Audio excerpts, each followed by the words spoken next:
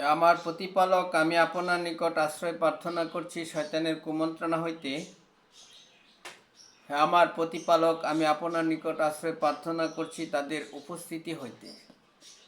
সালামুন আলাইকুম। কোরআন থেকে জানতে চাই, আমি মহিউদ্দিন। আমি এখন আলোচনা করব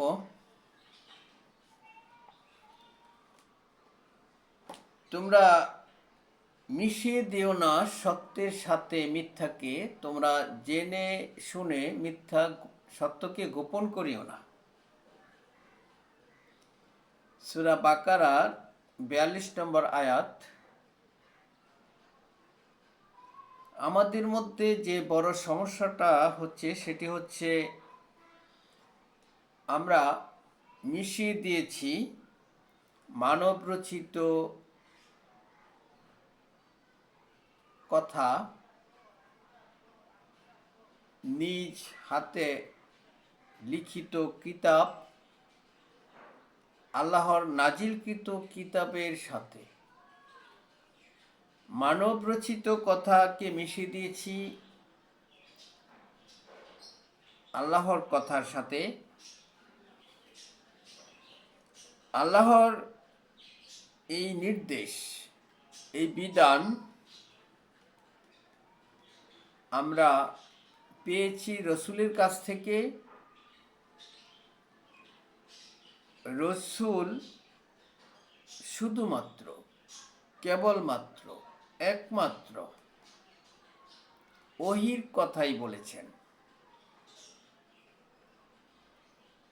রসুল ওহীর বাণী প্রচারক।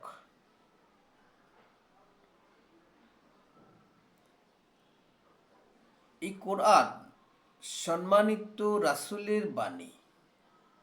সূরা হাক্কার 40 নম্বর আয়াত।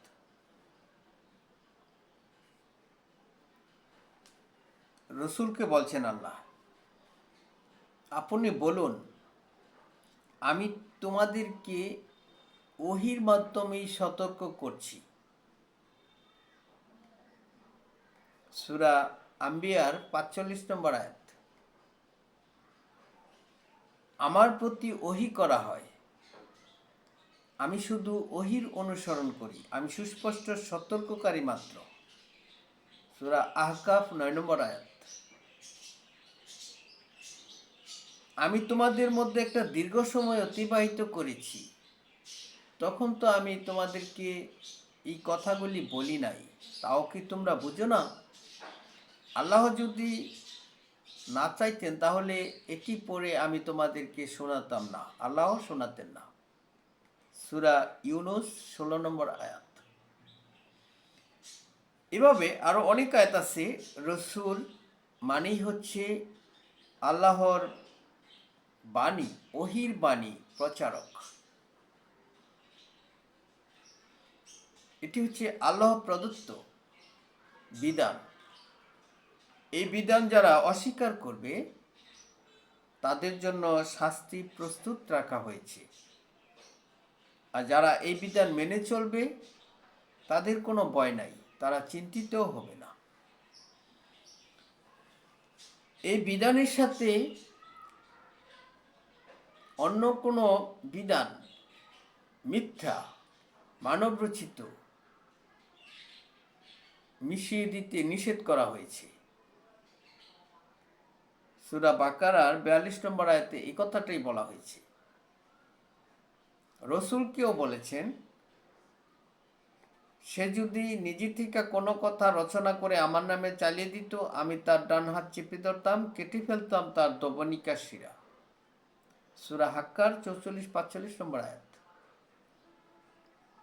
সে নিজে থেকে কোনো কথা বলেন নাই, যা বলেছে সেটা ওহী। সূরা নাজমের 3-4 নম্বর আয়াত।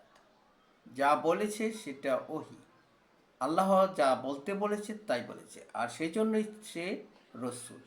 আর রসুলের বাণী হচ্ছে এই কোরআন, সম্মানিত রাসূলের বাণী। সূরা হাক্কার 40 নম্বর আয়াত। রাসূলের আনুগত্য আল্লাহর আনুগত্য। যে ব্যক্তি রাসূলের আনুগত্য করলো সে আল্লাহরই আনুগত্য করলো। সূরা নিসার ৮০ নম্বর আয়াত। এভাবে ক্লিয়ার, পরিষ্কার যে রসুল মানেই হচ্ছে ওহির বাণী প্রচার করবে, ওহির কথাই বলবে যা সে ওহি প্রাপ্ত হয়েছে। ওহির বাণীগুলি কি আমি আপনাদেরকে বলছি।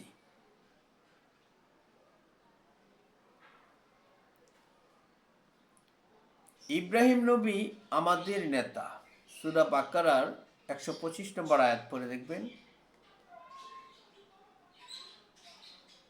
ইব্রাহিম নবীর পিতার নাম আজর। ইব্রাহিম নবীর সন্তানের নাম নবী ইসমাইল, ইসহাক। আর ইসহাক নবীর সন্তানের নাম ইয়াকুব নবী। আর ইয়াকুব নবীর সন্তানের নাম ইউসুফ নবী। এই কথাগুলি সকলেই জানেন, পড়ায় মানুষই জানেন। এগুলি কোরআনের কথা, এগুলি কোনো কোরআনের বাইরের কোনো কথা নয়।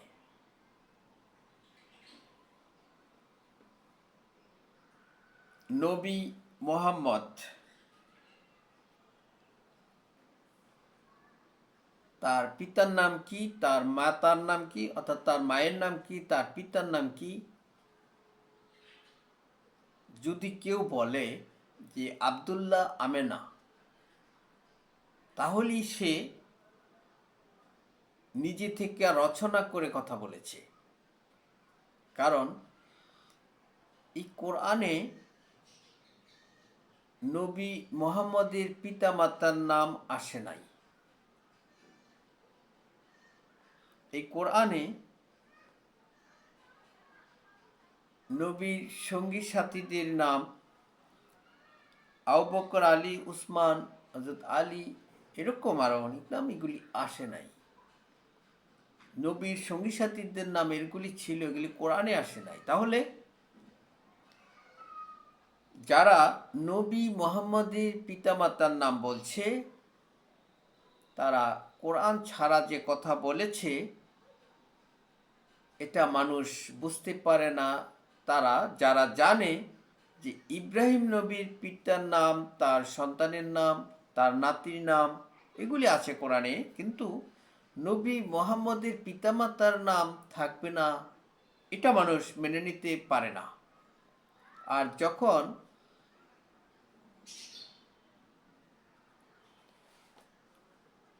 বুজুর্গ সেজে মানুষ নবী মুহাম্মদের পিতামাতার নাম বলে, তখন মানুষ এটা বিশ্বাস করে নেয় যে নবী মুহাম্মদের পিতার নাম আব্দুল্লাহ আমেনা। অবশ্যই না, যদি না হতো তাহলে কি তারা বলতো? এগুলি যে ইতিহাস থেকে সংগ্রহ করা, এগুলি যে মানব রচিত, মানুষের আবিষ্কৃত, মানুষের ধারণা এবং কল্পনা ভিত্তিক এগুলি যে ইতিহাস, এগুলি যে ওহী নয়, এগুলি যে কোরআন নয়, এটা মানুষকে বুঝতে পারে না, মানুষকে বুঝতে দেওয়া হচ্ছে না। এটি হচ্ছে বড় সমস্যা। আমি শুধু কয়েকটি কথা মাত্র বলছি, কিন্তু এরকম পড়াই ক্ষেত্রে, সকল ক্ষেত্রে সবগুলি বলতে গেলে বলা অসম্ভব, বলা যাবে না। এটা বলা কোনো ক্ষমতাই নাই, বলার মতন কোনো সুযোগও নাই, বলা যায় না। কত প্রকার কথা যে রচনা করেছে মানুষ নিজে থেকে, সত্য এবং মিথ্যার সাথে যে মিশিয়ে ফেলেছে, সেজন্যই সত্য এবং মিথ্যাকে আলাদা করা যাচ্ছে না। দিনের বিজয় তো হবে তখনই যখন মানুষ সত্য থেকে মিথ্যাকে আলাদা করতে পারবে, আলাদা করবে। কিন্তু আজকে সত্য থেকে মিথ্যা আলাদা করা অসম্ভব হয়ে পড়েছে, পরাজিত হয়েছে। আল্লাহ রাব্বুল আলামিন অনুগ্রহ এবং দয়া না করলে সেটা সম্ভব নয়। আল্লাহর ইচ্ছা ছাড়া কিছুই হয় না। আল্লাহ যা চান তাই হয়। দেখুন, এই কোরআন বলেছে তাদের জন্য ধ্বংস যারা নিজ হাত দিয়ে কিতাব রচনা করে। এই কিতাবের মহা আয়োজন চলছে, মহা ব্যবস্থাপনা, যা নাকি মানব রচিত, মানুষ লিখেছে, তাও আবার ইসলামের নামে, কোরআনের নামে, রাসূলের নামে। তাদের জন্য ধ্বংস যারা লিখেছে। সূরা বাকারার ৭৯ নম্বর আয়াত। তারা রাসূলের নামে, ইসলামের নামে, আল্লাহর নামে, কোরআনের নামে, রাসূলের নামে এমন সব কথা রচনা করে যা কোরআনে নাই। সেগুলি হচ্ছে অসার বাক্য। কোরআন নিষেধ করেছে এরকম কথা সংগ্রহ করতে। সূরা লোকমানের ৬ নম্বর আয়াত। তাদের মধ্যে এমন লোক আছে যারা অসার বাক্য সংগ্রহ করে মানুষদেরকে শোনায়, যাতে করে আল্লাহর প্রদত্ত বিধানকে হেয় প্রতিপন্ন করার জন্য, আল্লাহর প্রদত্ত বিধানকে কুলুষিত করার জন্য। তো আপনারা এগুলি জানেন, কিন্তু এটা জানেন না যে তার পরিণতিটা কত বড় ভয়ঙ্কর হবে। সূরা হাক্কার ৪৪-৪৫ নম্বর আয়াতে আল্লাহ রাব্বুল আলামিন বলেছেন যে রসুলকে, সে যদি নিজে থেকে কোনো কথা রচনা করে আমার নামে চালিয়ে দিত, আমি তার ডান হাত চেপে ধরে তার কণ্ঠনালীটা কেটে ফেলতাম। কত বড় ভয়ঙ্কর পরিণতি তাদের জন্য যারা অসার বাক্য সংগ্রহ করে মানুষদেরকে শোনায়, যারা নিজ হাত দিয়ে কিতাব রচনা করে ইসলামের নামে, কোরআনের নামে মানুষদেরকে, এগুলি দিয়ে বিশাল আয়োজনের ব্যবস্থা করেছে। এগুলি দিয়ে তারা মানুষের কাছ থেকে, এই দুনিয়া থেকে তারা কিছু স্বার্থ হাসিল করে। আজকে কোরআনের এই বিধানকে তারা নিজ হাত দিয়ে রচনা করে যে ব্যবস্থা করেছে, এতে করে তারা তাদের জীবন জীবিকা চালাচ্ছে, তারা দুনিয়ার নগণ্য বিনিময় গ্রহণ করছে। তারা আশা করে বসে আছে তারা এর বিনিময়ে তারা দুনিয়ায় লাভবান হবে, আবার পরকালেও তারা জান্নাত পেয়ে যাবে। এক ঢিলে দুই পাখি মারার ব্যবস্থা তারা করেছে, তারা আশা করে বসে আছে।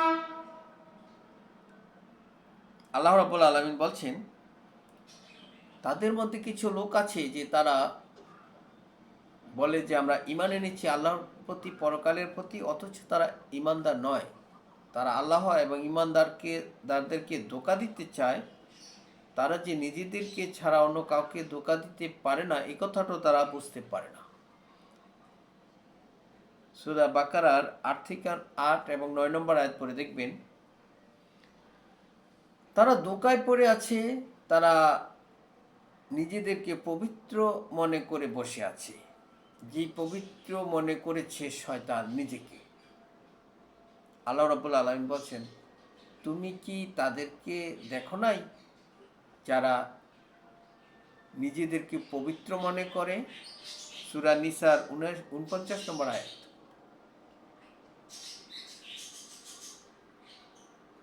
কে আছে এমন যে আল্লাহ রাব্বুল আলামিন নবী মুহাম্মদের পিতামাতার নাম তার বিধানে দেন নাই, কিন্তু তারা দিচ্ছে? আল্লাহ রাব্বুল আলামিন ঈসা নবীর মায়ের নাম দিয়েছেন ইমরানের মেয়ে মরিয়ম, ঈসা ইবনে মরিয়ম। কিন্তু তাই বলে কি নবী মুহাম্মদের মায়ের নাম আমরা নিজেরা রচনা করে নিব? এটা তো ওই ব্যক্তি যারা ধ্বংসপ্রাপ্ত ব্যক্তি ছাড়া এমনটি করতে পারে না। এগুলি করা হচ্ছে, এগুলি থেকে সতর্ক থাকতে হবে যদি জাহান্নাম থেকে বাঁচতে চান, যদি জাহান্নাম থেকে বাঁচতে চাই। এগুলি থেকে সতর্ক থাকতে হবে। সত্য থেকে মিথ্যাকে আলাদা করতে হবে। সত্যের সাথে মিথ্যাকে মিশিয়ে দেওয়া যাবে না। সূরা আনফালের ৩৭ নম্বর আয়াতে আল্লাহ রাব্বুল আলামিন বলছেন, আমি মিথ্যাকে সত্য থেকে আলাদা করে মিথ্যাকে স্তূপে পরিণত করে জাহান্নামে নিক্ষেপ করব। মিথ্যা আর সত্য দুটি আলাদা আলাদা হতে হবে। কিন্তু তারা রসুলের নামে, কোরআনের নামে, ইসলামের নামে মানুষকে বুঝাতে গিয়ে, মানুষকে বোঝানোর নামে কোরআন ছেড়ে দিয়ে তারা কথা রচনা করছে, কিতাব লিখছে, আর এগুলি দিয়ে মুনাফা অর্জন করছে। এরা তো ধ্বংসপ্রাপ্ত ব্যক্তি। দেখুন সূরা আল ইমরানের 187 নম্বর আয়াতে আল্লাহ রাব্বুল আলামিন বলছেন যে তোমরা স্মরণ করো যখন তোমাদের কাছ থেকে ওয়াদা নেওয়া হয়েছিল যে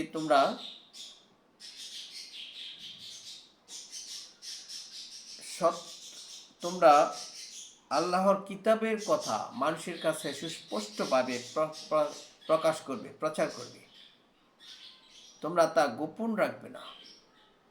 কিন্তু এই কথাকে তারা পিছনে ফেলে তারা দুনিয়ার নগণ্য বিনিময় গ্রহণ করতে লাগলো। তারা সুস্পষ্টভাবে কোরআনের কথাকে প্রচার না করে তারা নিজেরা কিতাব রচনা করে, নিজেরা কথা রচনা করে, বিধান রচনা করে মানুষটির কাছে নিজেদেরকে পবিত্র হিসাবে জাহির করে নিজেরা বুজুর্গ সেজে দুনিয়ার নগণ্য বিনিময় গ্রহণ করছে।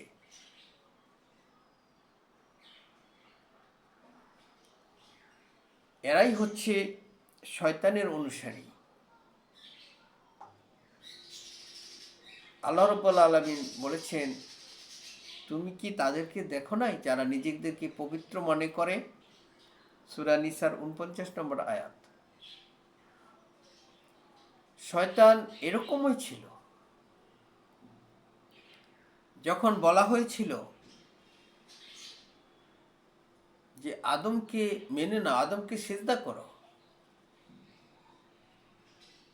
তখন শয়তান সেই আদেশ মেনে নিল না। আল্লাহ রাব্বুল আলামিন বললেন, কোন জিনিস আমার হুকুম অমান্য করতে তোমাকে বাধ্য করলো? তুমি কি নিজেকে পবিত্র মনে করো নাকি? তখন শয়তান স্বীকার করেছিল যে অবশ্যই আমি নিজেকে পবিত্র মনে করি, আমি তার চাইতে উন্নত, কারণ আপনি তাকে সৃষ্টি করেছেন মাটি থেকে আর আমাকে সৃষ্টি করেছেন আগুন থেকে। তো আজকে যারা এই বিধান পাওয়া সত্ত্বেও, এই কোরআন তাদের মধ্যে থাকা সত্ত্বেও তারা এ দিয়ে সন্তুষ্ট হতে পারছে না, তারা বিধান রচনা করছে, তারা কোরআন বহির্ভূত কথা নিজেরা বানিয়ে বলছে। রসুলের, নবী মুহাম্মদের পিতামাতার নাম দেওয়া হয় নাই কোরআনে, কিন্তু তারা সেটা রচনা করছে। ইউনুস নবীর পিতামাতার নাম দেওয়া হয় নাই, নূহ নবীর পিতামাতার নাম দেওয়া হয় নাই, এরকম যাদের পিতামাতার নাম দেওয়া হয় নাই তাদের পিতামাতার নাম দেওয়ার আপনি কে, আমি কে? যারা দিচ্ছে তারাই তো জালিম।